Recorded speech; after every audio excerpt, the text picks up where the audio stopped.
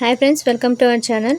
ఈరోజు మనం డిఎస్సికి సంబంధించిన ఇంపార్టెంట్ బిట్స్ ఒకసారి చూద్దాము. ఇవి వచ్చేసి science, general science, social, GK మొత్తం మిక్స్ అనమాట. మనకి ఇప్పుడు ఎవ్రీ టాపిక్ చదవడానికి టైం లేదు కాబట్టి జస్ట్ క్విక్ రివిజన్ చేసేద్దాము.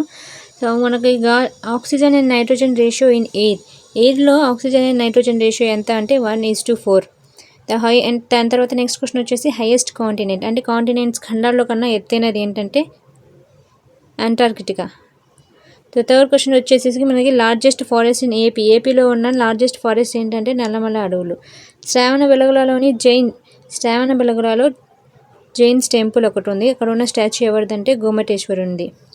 అండ్ వరల్డ్ వార్ I అనేది ఎప్పుడు స్టార్ట్ అయిందంటే 1914లో స్టార్ట్ అయింది. ఇది 1918 దాకా, 1914 నుంచి 1918 దాకా. సో లార్జెస్ట్ ప్లానెట్ అంటే మనకు సోలార్ సిస్టంలో ఉన్న లార్జెస్ట్ ప్లానెట్ ఏది అంటే జూపిటర్.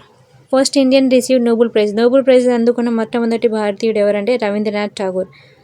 ఈయనకి రవీంద్రనాథ్ ఠాగూర్కి గీతాంజలి దానికి నోబెల్ ప్రైజ్ ఇవ్వడం జరిగింది. ఫస్ట్ పానిపట్ ఫస్ట్ యుద్ధం ఎప్పుడు జరిగిందంటే 1526. నేషనల్ యాంథమ్, మనకి నేషనల్ యాంథమ్ జనగణమన.